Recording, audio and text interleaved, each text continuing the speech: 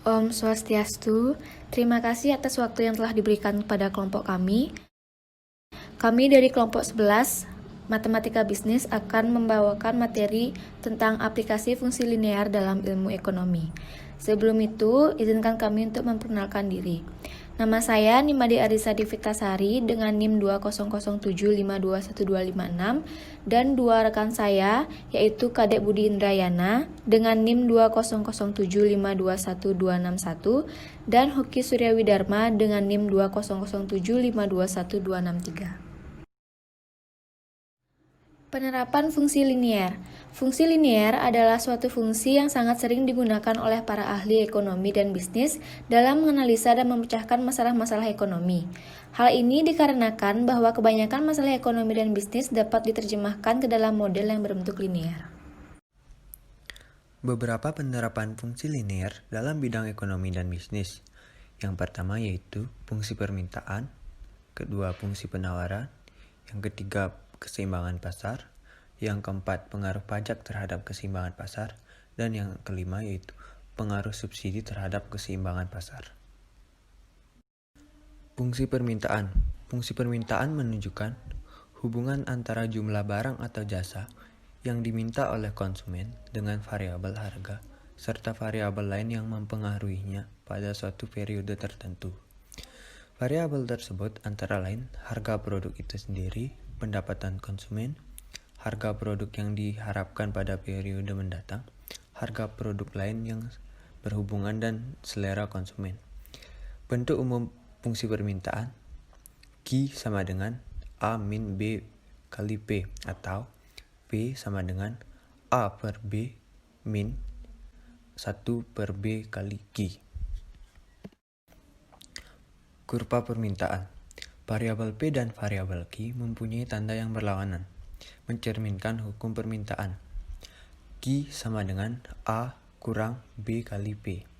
Dapat dilihat di kurvanya. Dalam bentuk persamaan kurva di atas, terlihat bahwa variabel P dan variabel Q mempunyai tanda yang berlawanan. Ini mencerminkan hukum permintaan yaitu apabila harga naik, jumlah yang diminta akan berkurang. Dan apabila harga turun, jumlah yang diminta akan bertambah. Fungsi penawaran.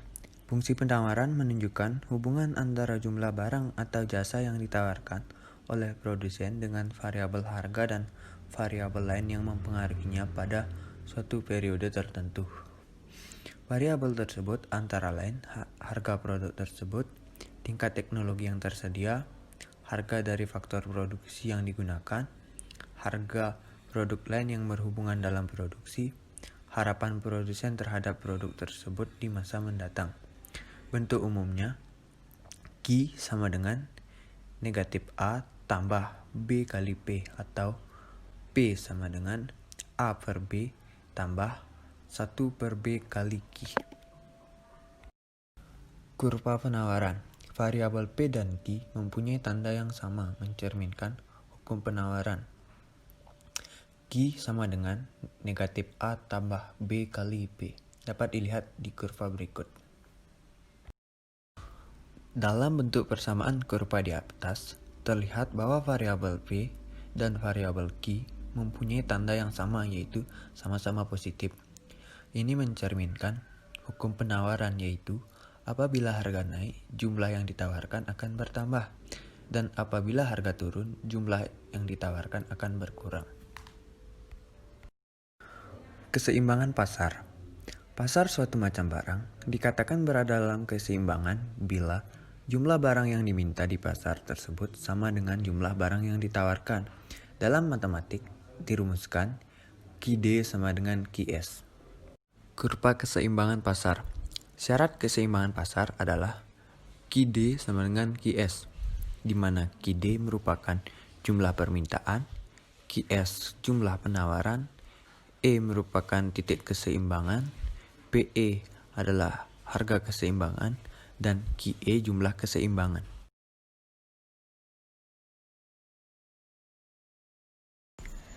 Pengaruh pajak terhadap keseimbangan pasar. Pemerintah mengenakan pajak penjualan kepada para produsen Pajak penjualan tersebut dinyatakan dengan tarif pajak T yang menyatakan satuan unit uang atau satuan unit barang.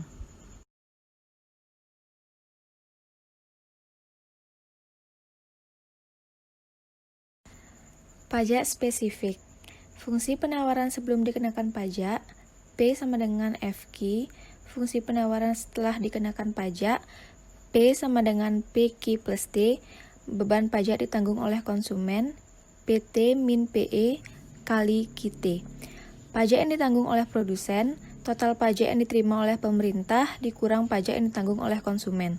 Total pajak yang diterima oleh pemerintah adalah T pemerintah sama dengan pajak kali Q pada keseimbangan setelah pajak. Contoh soal, jika fungsi permintaan akan beras dan fungsi penawaran akan beras yang diberikan sebagai berikut. PD sama dengan 12 min Q dan PS sama dengan 2 plus Q. Sedangkan pemerintah mengenakan pajak sebesar 4 unit beras diproduksi. Maka tentukan A. Nilai keseimbangan pasar sebelum pajak, B. Nilai keseimbangan pasar setelah pajak, C. Total pajak yang dibayar oleh pemerintah, D. Besarnya pajak yang ditanggung oleh produsen, dan E. Besarnya pajak yang ditanggung oleh konsumen.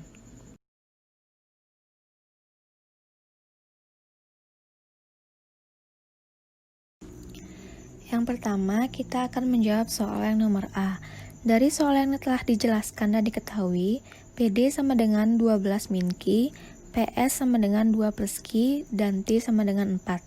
Maka nilai keseimbangan pajak adalah PD sama dengan PS. 12 min Q sama dengan 2 plus Q, min 2 Q sama dengan min 10, hasilnya Q sama dengan 5. Maka PD sama dengan 12 min Q, 12 kurang 5 sama dengan 7, dan PS sama dengan 2 plus Q, 2 tambah 5 sama dengan 7. Jadi nilai keseimbangan pasar sebelum pajak adalah P adalah 7 dan Q adalah 5.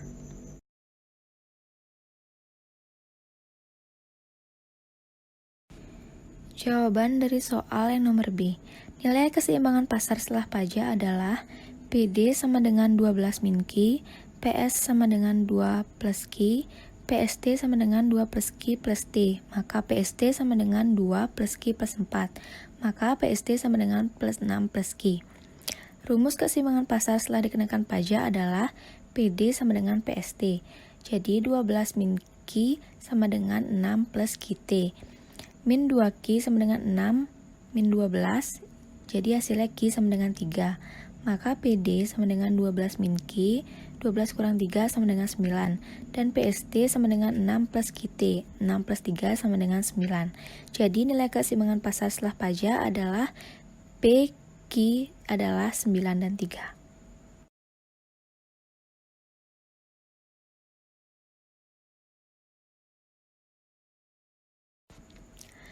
Kemudian jawaban dari pertanyaan yang nomor C, total pajak yang dibayar oleh pemerintah. T sama dengan pajak kali Q pada keseimbangan pasar setelah pajak. Jadi hasilnya 4 kali 3 sama dengan 12. Kemudian jawaban nomor D, besarnya pajak yang diterima oleh produsen. T produsen sama dengan T pemerintah dikurang T konsumen. Jadi hasilnya 12 kurang 6 sama dengan 6. Dan yang terakhir yang E, besarnya pajak yang diterima oleh konsumen. T sama dengan PET dikurang PE dikali QT sama dengan 9 kurang 7 dikali 3, jadi hasilnya sama dengan 6. Pengaruh subsidi terhadap keseimbangan pasar. Subsidi adalah bantuan yang diberikan pemerintah kepada produsen terhadap produk yang dihasilkan atau dipasarkan, sehingga harga yang berlaku di pasar lebih rendah sesuai dengan keinginan pemerintah dan daya beli masyarakat meningkat. Fungsi penawaran setelah subsidi adalah F dalam kurung Q sama dengan P tambah S atau P sama dengan F dalam kurung Q min S. Keseimbangan pasar sebelum subsidi adalah QD sama dengan QS atau PD sama dengan PS. Nah, di sini kita bisa melihat fungsi penawaran dan permintaan sebelum dan sesudah adanya subsidi. Yang pertama ada fungsi permintaan sebelum subsidi adalah P sama dengan F dalam kurung QD dan sesudah subsidi tetap P sama dengan F dalam kurung QD. Lalu ada fungsi penawaran P sama dengan F dalam kurung QS yang setelah subsidi berubah menjadi P sama dengan F dalam kurung QS min S. Contoh soal.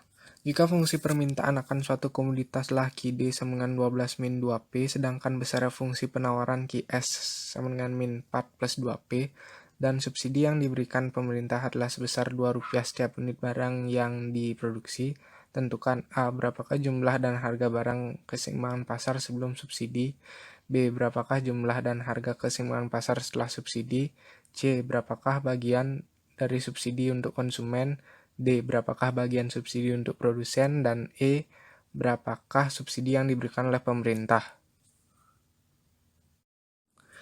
Jawaban A. Jumlah dan harga barang keseimbangan pasar sebelum subsidi. QD sama dengan QS. 12 min 2P sama dengan min 4 plus 2P. Min 2P min 2P sama dengan min 4 min 12. P sama dengan 4. Maka QD adalah 12 min 2P. 12 dikurangin 8 hasilnya 4. Dan QS min 4 plus 2P sama dengan min 4 plus 8 hasilnya 4. Jadi nilai keseimbangan pasar sebelum subsidi adalah PQ adalah 4 dan 4. B. Jumlah dan harga keseimbangan pasar setelah subsidi.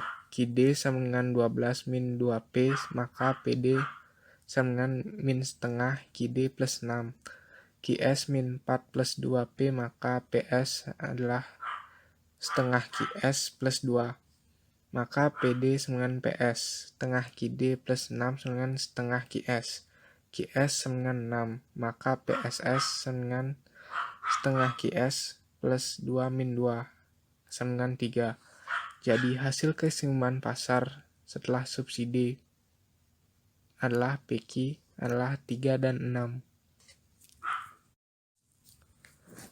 C. Bagian dari subsidi untuk konsumen. SK sama dengan dalam kurung PD min PS kali QS. SK sama dengan dalam kurung 4 min 3 kali 6.